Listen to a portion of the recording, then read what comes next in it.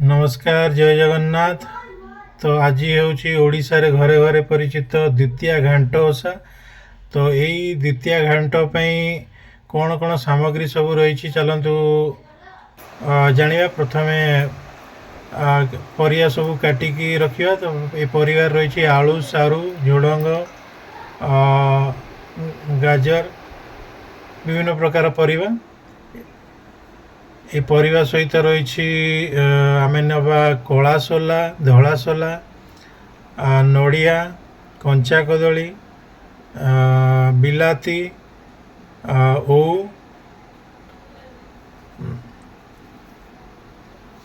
ता सहित घांटर मेन हूँ पानी कखारू एवं मुग।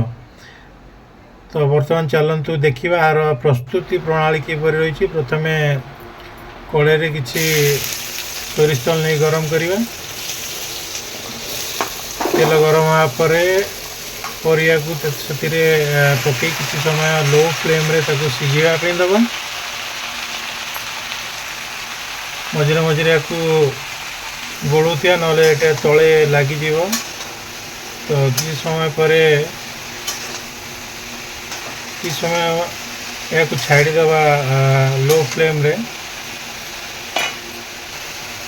तापर एथिरे किछि आमे हळदी गुंड ऐड करिबा एवं स्वाद अनुसार लूण मध्य ऐड करिबा।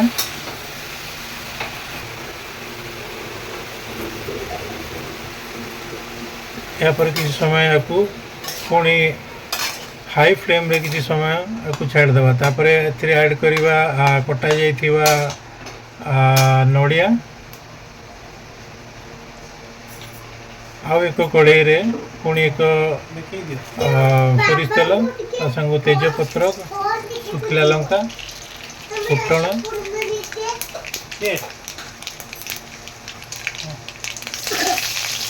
पियाज दे किसी समय भाजीदवा हाई फ्लेम रे। या घांट मसला प्रस्तुति करा होची। तो प्रथमे आम परिया को काटिकी सिझाई रखी देचु। तापर आम तार मसला प्रिपेयर करचु। तो पियाज किसी समय भाजी हला परे से ऐड करिबा हळदी गुंड लंका गुंड धनिया गुंड ऐड कला पर किसी समय को आंचरे रखी भाजीबा।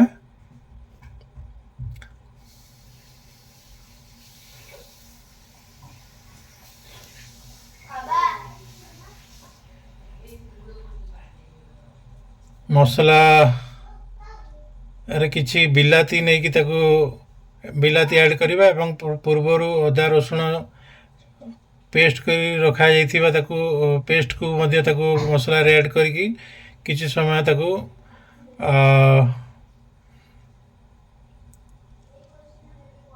छाड़ीदबा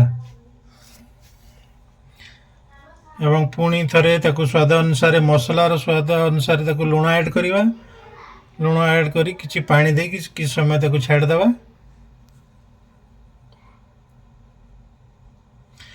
तो ये बर्तमान प्रिपेयर चलची द्वितीय घांट मसलार प्रस्तुति।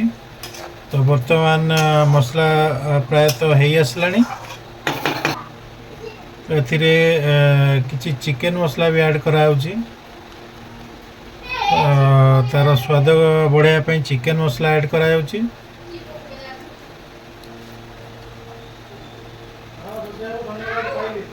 चिकेन मसला सहित गरम मसला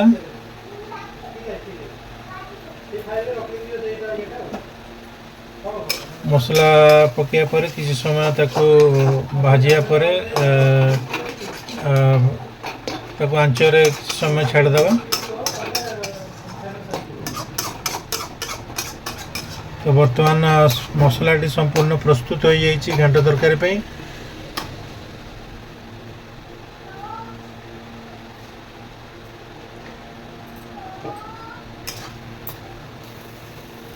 यही प्रस्तुत मसला रे पूर्वर संतुली रखा जाइथिबा परिवा को ସେଥିରେ ମିଶେଇକି ତାକୁ ଠିକ୍ ଭାବରେ ମିକ୍ସ କରିଦେବା।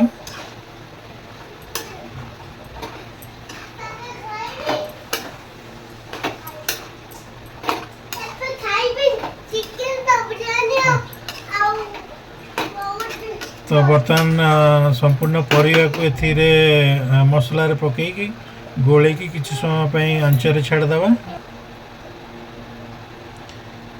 बर्तमान आम तादे ऐड कलु बैगण।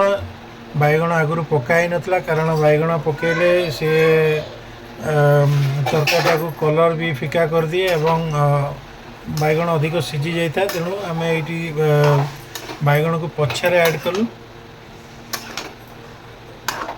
तो आपन चाहे या आगुरी मध्य नहीं पारे।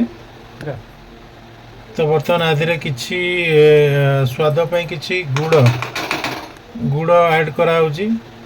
तो चीनी भी दे पारे। तो गुड़ देले आउ टिके भल।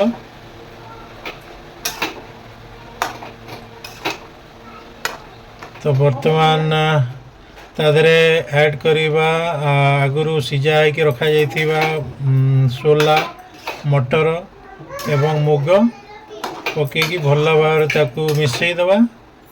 मिसईकी आंचरे किसी समय छाड़देवा।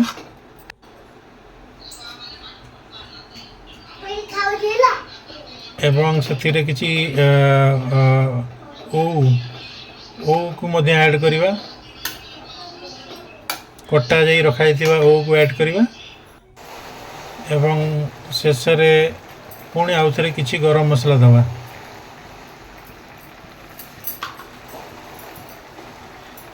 तो बर्तमान को किसी समय एमती आंचरे छाड़देवा।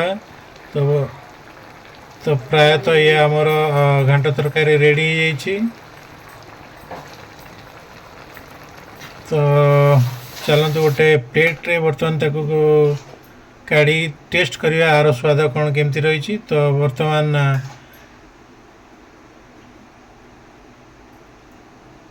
अरुणा किचन रू अरुणा मैडम यार केमती कौन स्वाद ता विषय पचारि जानिबा।